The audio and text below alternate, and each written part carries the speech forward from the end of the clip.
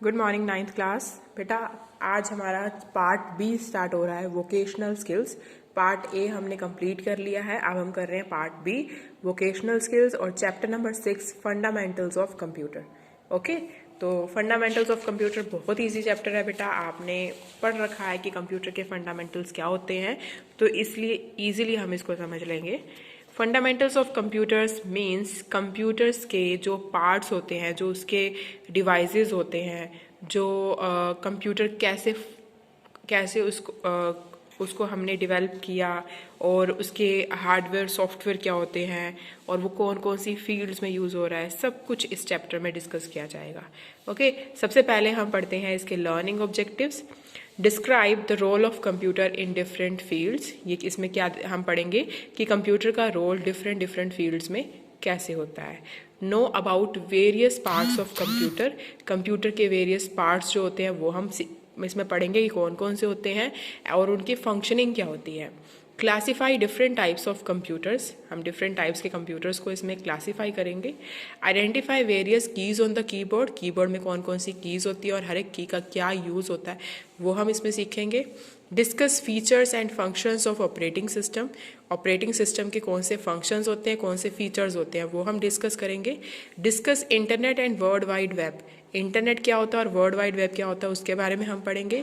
Know about various digital media devices. Digital media devices कौन से होते हैं उसके बारे में हम पढ़ेंगे। और differentiate between human and natural threats. Human और नेचुरल थ्रेट्स कौन से होते हैं उनके बारे में हम डिफ्रेंशिएट करेंगे कि ह्यूमन थ्रेट्स कौन से होते हैं और नेचुरल थ्रेट्स कौन से होते हैं। ओके, तो सबसे पहले हम इंट्रोडक्शन से पढ़ते हैं। इंट्रोडक्शन में आपका आएगा कंप्यूटर क्या है। कंप्यूटर एक इलेक्ट्रॉनिक मशीन है, पता है हमें, that can solve problems bye accepting data. वो डाटा को एक्सेप्ट करता है। परफॉर्मिंग सर्टेन ऑपरेशंस, उसके ऊपर जो ऑपरेशंस परफॉर्म करने होते हैं वो परफॉर्म करता है। And presenting the result in same form, और हमें उसे एक फॉर्म में प्रेजेंट करता है। Okay, the set of instructions required to perform some operation. कौन से सेट ऑफ इंस्ट्रक्शंस रिक्वायर्ड होती हैं ऑपरेशंस परफॉर्म करने के लिए।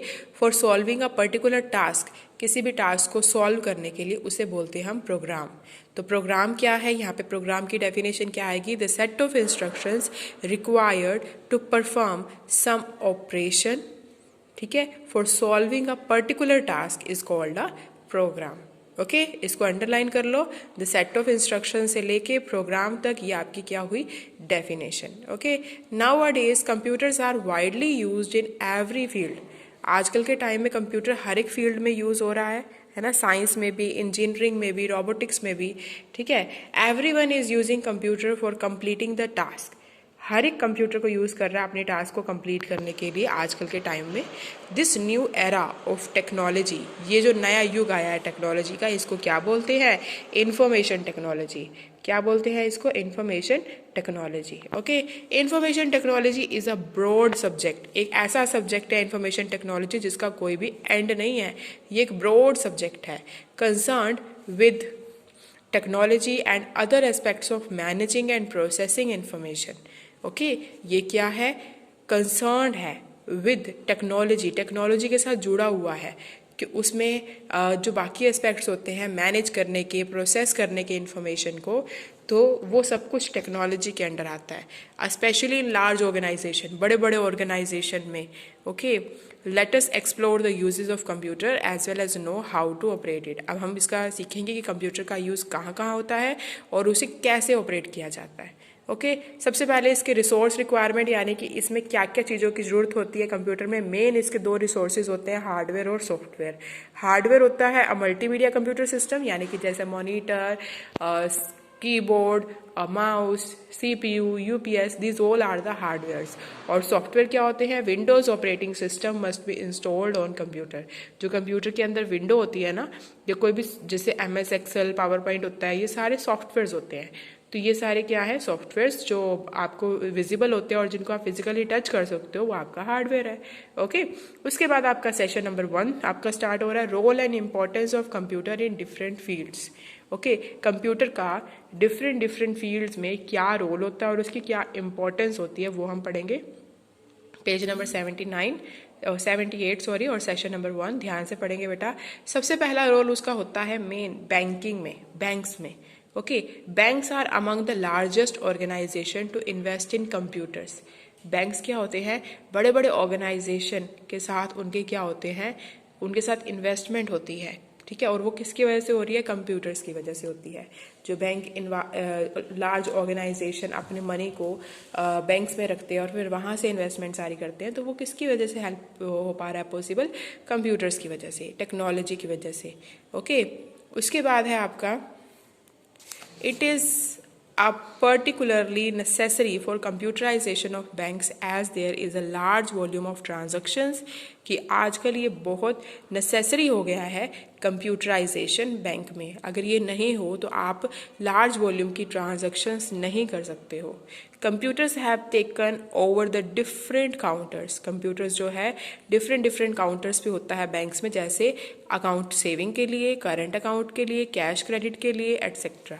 ओके, बाय कंप्यूटराइजेशन, कंप्यूटराइजेशन से क्या हो रहा है, many problems have been solved, कई प्रॉब्लम सॉल्व हो रही हैं।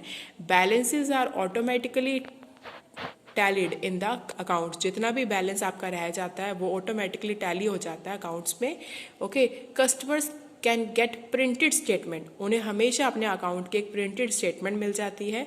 ऑटोमेटिक टेलर मशीन, जो एटीएम हमारा होता है, जिसका नेम होता है full form automatic teller machine, have been installed in the branches of various banks. वो इंस्टॉल किया जाता है वेरियस बैंक्स में, वेरियस बैंक्स की ब्रांचेज में, which help to withdraw money, जिससे आप क्या करते हो, कभी भी आपको इमीडिएटली अगर मनी की जरूरत पड़ती है तो आप एटीएम से निकाल सकते हो, चाहे आप किसी भी लोकेशन में हो। तो इसके कितने बेनिफिट हैं। अगर बैंक्स में कंप्यूटर्स ना हो तो हमें क्या ये बेनिफिट्स मिल सकते हैं, तब नहीं मिलेंगे। इसलिए बैंक्स में कंप्यूटराइजेशन का होना बहुत ज़रूरी है। ओके, तो आपका नेक्स्ट रोल है medical science and health care. Medical science and health care यानी कि कंप्यूटर्स की लाइन, वो डॉक्टर्स की लाइन है कि मेडिकल साइंस में भी कंप्यूटर्स का बहुत बड़ा रोल है, क्योंकि कई इलाज ऐसे होते हैं, कई डिसीजेज ऐसे होते हैं जिनका इलाज डॉक्टर्स को भी नहीं पता, तो मेडिकल साइंस कंप्यूटर की हेल्प से उनके भी इलाज ढूंढ रहा है। ओके, तो देखो computers are also being used for planning and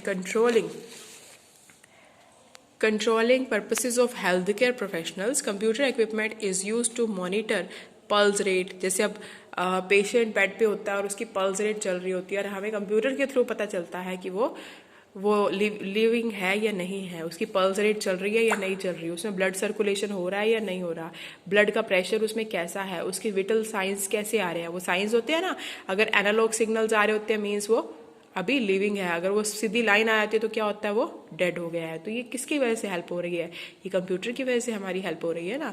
this lead to correct and fast diagnosis, क्योंकि उसके अकॉर्डिंग ही फटाफट हम उसे डायग्नोज करना शुरू कर देते हैं कि उसकी स्टेज क्या हमें पता चल जाती है और उसके अकॉर्डिंग हम उसको मेडिसिन प्रोवाइड करते हैं, उसको डायग्नोसिस देते हैं। Okay, medical researchers are using computers as a tool in the search of cures of deadly diseases. ठीक है ना, मैंने जैसे आपको बताया कि जो मेडिकल रिसर्चर्स होते हैं वो भी कंप्यूटर का यूज़ करते हैं ढूंढने के लिए, कई ऐसी डिसीजेज हैं जिनसे लोग मर रहे हैं, उनके इलाज ढूंढने के लिए, उनके क्योर ढूंढने के लिए कंप्यूटर से, जैसे कैंसर, एड्स, इनके इलाज ढूंढने के लिए कंप्यूटर की हेल्प लेते हैं। ओके, उसके बाद है बिजनेस। थर्ड रोल इसका जो है, इन लार्ज ऑर्गेनाइजेशन, बड़े बड़े ऑर्गेनाइजेशन में कंप्यूटर हेल्प करता है पेरोल्स में, पेरोल्स प्रिपेयर करता है स्टाफ मेंबर्स के लिए, कंप्यूटर्स ही उनको सैलरी प्रोवाइड करता है, DA and other allowances calculation without error, बिना किसी एरर के। Income tax calculations of employees are done with the help of computer. जो इनकम टैक्स कैलकुलेट होता है ना, वो भी किसकी वजह से होता है, कंप्यूटर की हेल्प से होता है। आगे है फोर्थ रोल एजुकेशन का, कि एजुकेशन में कंप्यूटर कैसे हेल्पफुल है। Education system is making use of computers on a large scale. वो कंप्यूटर का यूज़ तो बड़े पैमाने पे करते हैं। Their use leads to improve student performance. ये इससे क्या हो रहा है, इससे स्टूडेंट की परफॉर्मेंस इंक्रीज हो रही है, इम्प्रूव हो रही है इन थिंकिंग लॉजिकली, कि वो लॉजिकली थिंक कर पा रहे हैं। फॉर्मुलेटिंग प्रॉब्लम सॉल्विंग प्रोसीजर्स, वो प्रॉब्लम सॉल्विंग प्रोसीजर्स को फॉर्मुलेट कर पा रहे हैं। एंड अंडरस्टैंडिंग रिलेशनशिप्स, और अपने रिलेशनशिप्स को समझ पा रहे हैं। ओके, तो एजुकेशन में कंप्यूटर का होना बहुत ज़रूरी है। उसके बाद है ट्रैवल एंड टिकटिंग। मतलब ये तो बहुत ज़्यादा ईजी है कि आप घर बैठे ही एफिशिएंट बुकिंग कर सकते हो रेलवेज की, एयरलाइंस की, with the help of computer, with the help of technology. Okay, this is the reason that you can book train from a point A to point B while sitting at point C. आप point C पर बैठे हो, यानी कि मान लो आप कैथल में बैठे हो और आप करनाल से टिकट बुक करना चाहते हो, करनाल टू पटियाला, तो आप इजीली कर सकते हो. आप बैठे तीसरी जगह पे हो और आपने बाकी 2 जगह की टिकट बुक करनी है तो कर सकते हो easily. Okay, the time taken for reservation is also very less, और कुछ ही टाइम में आपकी वो रिजर्वेशन डन भी हो जाती है. ओके, उसके बाद 6th रोल जो इसका है वो है सोशल मीडिया. सोशल मीडिया पे तो आजकल वैसे ही बहुत चल रहा है कंप्यूटर का यूज़. अगर सोशल मीडिया ना हो तो आजकल के टाइम में तो लोगों का टाइम पास होना ही मुश्किल हो जाएगा, है ना. Computers are widely used in making cartoon films with the help of animation. इसमें क्या है, कंप्यूटर इसमें क्या कैसे इंपॉर्टेंट है कि वो कार्टून फिल्म क्रिएट कर रहे हैं, किसके लिए, एंटरटेनमेंट के लिए. Other special softwares are also use for editing and audio visual composition. कई और सॉफ्टवेयर्स भी यूज होते हैं एडिटिंग के लिए और ऑडियो विजुअल कॉम्पोजिशन को एडिट करने के लिए. जैसे कई गाने होते हैं, उनको एडिट करना हो तो हम डायरेक्टली उसको कंप्यूटर पे कर सकते हैं. उसके बाद mobile computing is the ability to use mobile phone और other devices when we move from one place to another. अब जैसे एंड्रॉयड फोन आ गए हैं, तो एंड्रॉयड फोन क्या होते हैं, मोबाइल कंप्यूटिंग ही तो होती है. तो इसमें क्या होता है, एबिलिटी होती है कि हम कैसे मोबाइल फोन को यूज कर सकते हैं, तो वो मोबाइल कंप्यूटिंग की हेल्प से हम करते हैं. ओके, 8th है आपका पब्लिशिंग होता है कि जैसे मान लो आपने कोई बुक आपने पब्लिश किया, आपने कोई बुक लिखी है, उसको आप पब्लिश करना चाहते हो तो आप कंप्यूटर की हेल्प से उसको पब्लिश कर सकते हो. कोई न्यूज़पेपर है उसको पब्लिश करना चाहते हो तो वो भी आप कंप्यूटर की हेल्प से कर सकते हो. ठीक है, तो इसमें यही है मटेरियल, जैसे newspaper, magazines, books etcetera. Desktop publishing is a major growth area in the field of office automation. By desktop publishing, we mean the process of producing any published material in an office environment from the creation of the text through the page layout and the design and the production of printing ready copy with art work. यानी कि आपकी copy ready होती है और उसको publish करना होता है तो वो कंप्यूटर की हेल्प से इजीली पब्लिश हो जाती है. ओके, उसके बाद है वेदर प्रिडिक्शन में क्या होता है कि कल बारिश आनी है या नहीं आनी, कल का वेदर कैसा होगा, तो वो वेदर की जो प्रिडिक्शन होती है, जो हम प्रिडिक्ट करते हैं, बड़े बड़े एक्सपर्ट उसको प्रिडिक्ट करते हैं, वो किसकी हेल्प से कर रहे हैं, वो एक हमारे जो बिगेस्ट कंप्यूटर है जिसका नाम होता है सुपर कंप्यूटर, उसकी हेल्प से प्रिडिक्ट करते हैं. तो वो उसमें भी तो कंप्यूटर का यूज हो रहा है. ठीक है, अगर हमें सारी डिटेल फ्यूचर की पहले ही मिल जाती है वेदर की, तो हम उसके लिए अवेयर हो जाते हैं एक दिन पहले. ठीक है, उसके बाद है आर्ट्स एंड एंटरटेनमेंट. आर्ट और एंटरटेनमेंट में भी आप जो कंप्यूटर है बहुत हेल्पफुल है, जैसे गेम्स खेलनी, मूवीज देखनी. हाई स्पीड कंप्यूटर सॉफ्टवेयर जो होते हैं वो आपकी लाइफ को क्या कर देते हैं, एनिमेटेड इमेजेस क्रिएट कर देते हैं.